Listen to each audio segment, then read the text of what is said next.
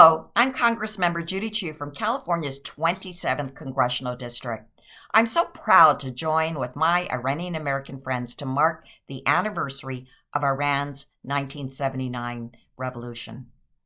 While many of those who courageously set out to reestablish democracy in Iran were fighting for a secular and free republic, the ideals of the revolution were quickly co-opted by the Ayatollahs, who instead ruled through violence, repression, and religious tyranny.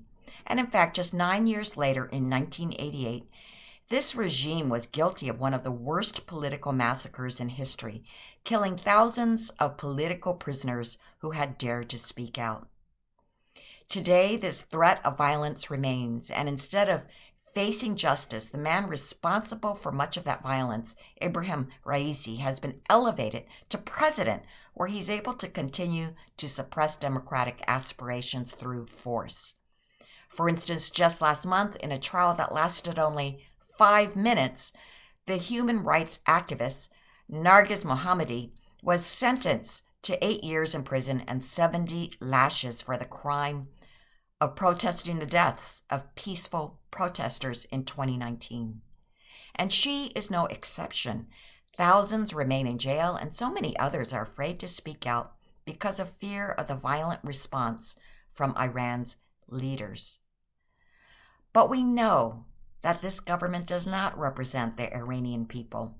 That is why I'm always so proud to stand up for a free and democratic Iran, one that lives up to the ideals of the revolution and respects its people and its neighbors.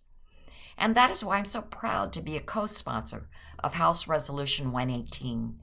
This critical resolution condemns Iranian state-sponsored terrorist attacks and expresses support for the people of Iran who are engaged in legitimate and peaceful protests against the Iranian regime. I'm proud that this resolution has 250 bipartisan co-sponsors already, which is the majority of the House of Representatives. Having such a large bipartisan bill condemning the Iranian government's support for terrorism sends a clear signal to the people of Iran that they are not alone. The Iranian people deserve to be free from the harsh and violent rule of Iran's mullahs, and the world deserves to feel safe from Iranian support for terror and violence. I support your work to fulfill the dream of 1979 and establish a free and democratic Iran that works with the U.S. and others to build a safer world. So thank you all for your important work to promote human rights and a more free Iran.